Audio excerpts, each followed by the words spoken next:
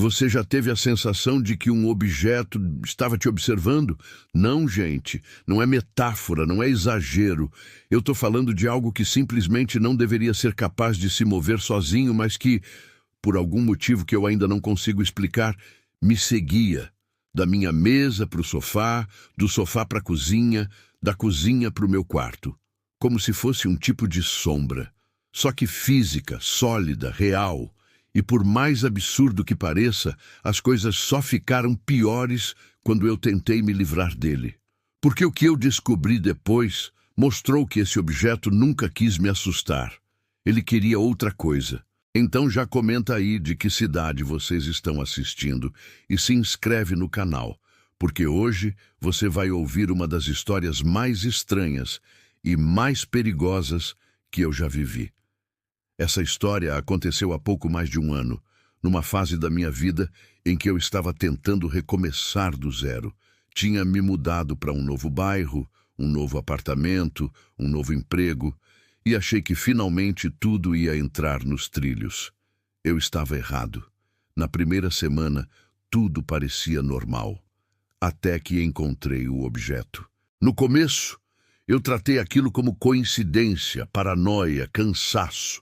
Mas quando coincidências se repetem com precisão demais, a gente para de chamar de coincidência. Quando percebi que o objeto mudava de lugar sozinho, sempre mais perto de mim, já era tarde demais. Eu não sabia quem o tinha enviado, nem por quê. Eu só sabia que ele queria algo de mim, algo muito específico. E o pior de tudo, eu quase dei o que ele queria. Agora respira fundo, porque a história vai começar. Quando eu me mudei para o apartamento 302, a única coisa que realmente me incomodava era o silêncio. Eu vinha de uma casa cheia, barulhenta, cheia de sobrinhos e visitas. Lá, qualquer mínima paz era rara. No 302, o silêncio era absoluto, pesado, quase material, do tipo que faz você ouvir o próprio coração batendo. No segundo dia, encontrei o objeto.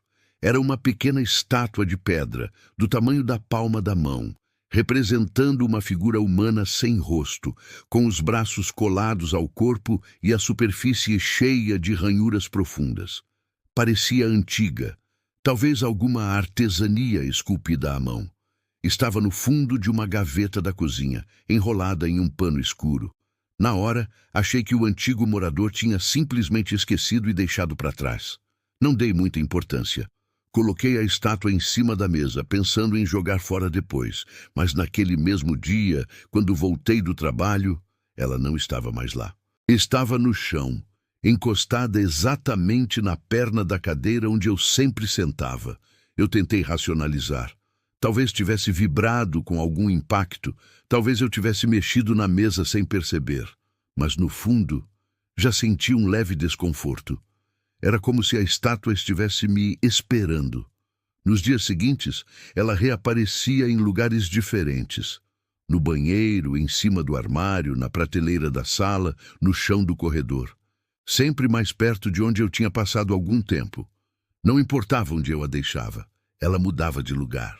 Na primeira semana, eu tentei ignorá-la, mas na segunda, decidi jogar fora. Peguei a estátua, coloquei em uma sacola e levei até a lixeira do prédio. Joguei. Bati a poeira das mãos como quem se livra de uma obrigação. Quando cheguei à noite, ela estava na minha cama. Dessa vez, posicionada exatamente ao centro do colchão, como se tivesse sido cuidadosamente colocada ali. E foi nesse momento que algo mudou. Não era mais coincidência, era intenção. Minha primeira reação foi acionar o zelador. Perguntei se mais alguém tinha cópia da minha chave. Ele garantiu que não. O antigo morador tinha devolvido tudo. Nenhuma outra pessoa tinha acesso ao 302.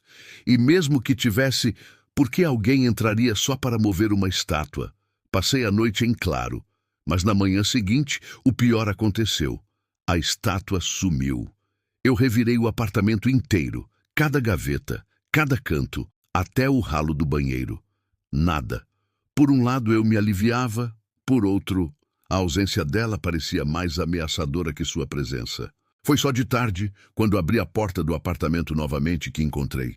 Ela estava parada atrás da porta e havia marcas no chão de onde ela claramente tinha escorregado, como se tivesse se arrastado para perto da entrada. A sensação de ser observado ficou insuportável. Eu comecei a deixar todas as luzes acesas. Dormia mal. Tinha pesadelos com passos, com mãos sem rosto, com sombras paradas ao pé da cama, e sempre a mesma figura, imóvel, mas viva. Decidi pesquisar na internet. E foi aí que encontrei a primeira pista. Uma mulher, num fórum antigo, descrevia um objeto idêntico.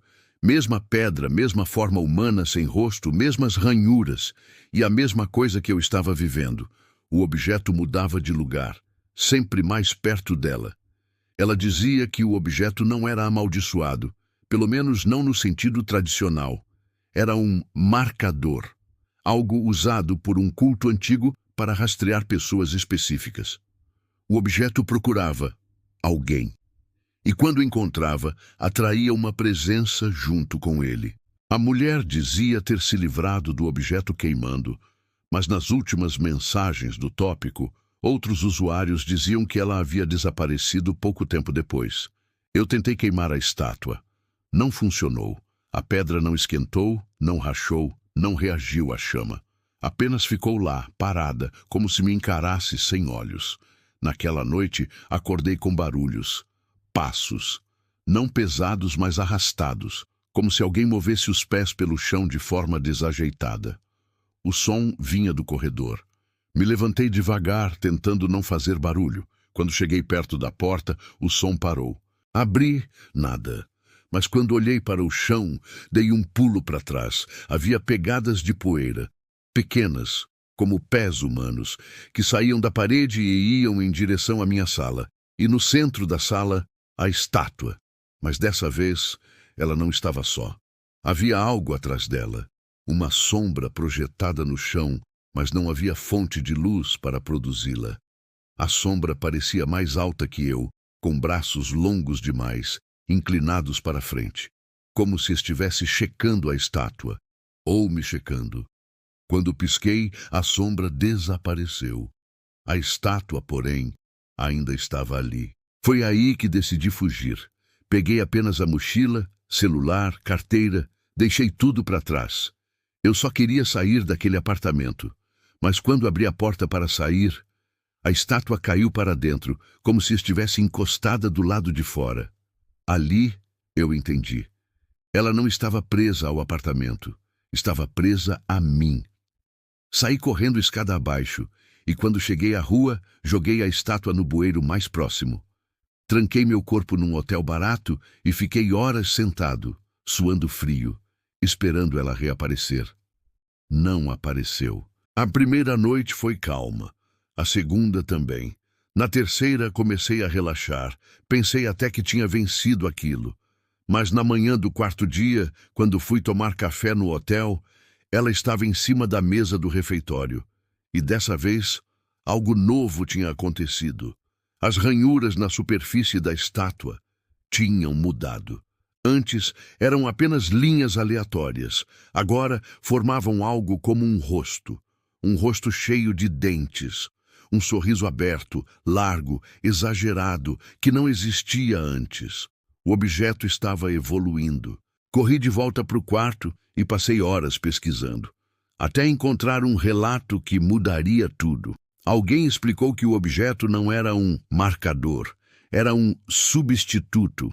Ele seguia uma pessoa específica até acumular o suficiente da presença dela, cheiro, toque, rotina, energia.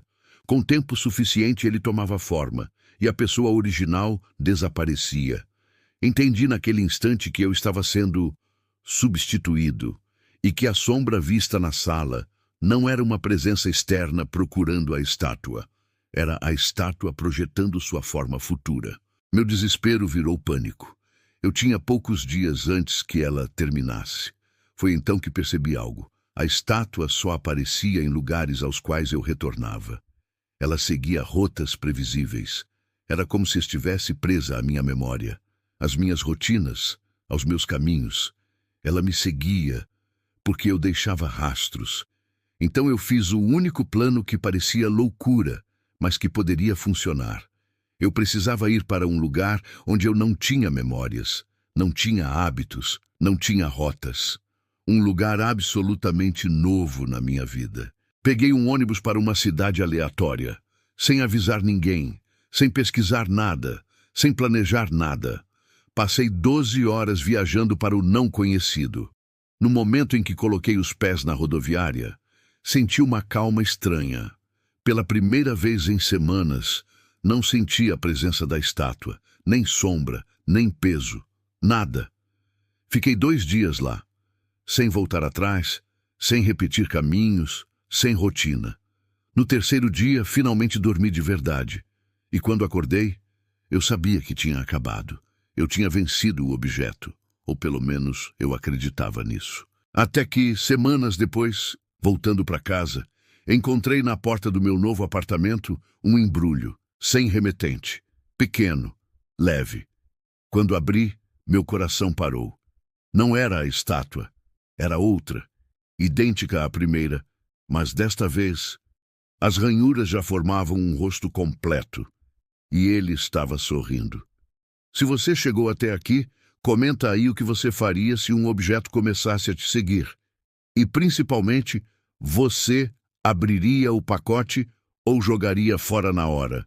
E, claro, não esquece de curtir, comentar e se inscrever, porque isso ajuda demais o canal a crescer. Quer mais histórias assim? É só pedir.